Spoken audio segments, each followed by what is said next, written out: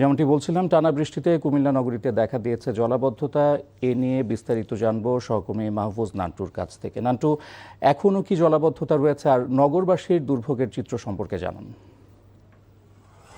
আমি যদি বলি যে গত কয়েকদিন ধরেই কিন্তু কুমিল্লাতে থেমে থেমে হালকা মাঝারি বৃষ্টি হচ্ছে, তবে ভোররাত থেকে আর সকাল 9টা পর্যন্ত কিন্তু 107 মিলিমিটার বৃষ্টিপাত রেকর্ড করা হয়েছে।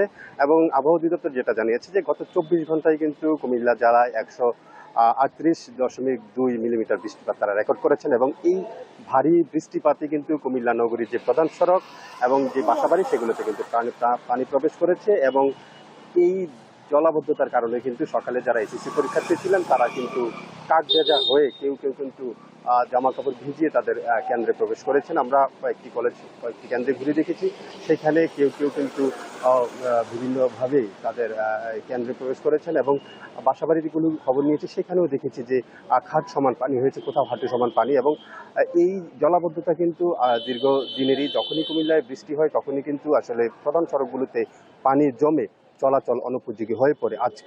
আজকে এই পর্যন্ত যেই পরিস্থিতি সৃষ্টি হয়েছে, কুমিল্লা সিটি কর্পোরেশন জানিয়েছে যে তারা পানি দ্রুত যেন নেমে যায় সেজন্য তারা সচেষ্ট রয়েছেন। ইফতেখার, এই ছিল কুমিল্লা থেকে জলাবদ্ধতার সবশেষ। জানছিলাম কুমিল্লার জলাবদ্ধতার খবর।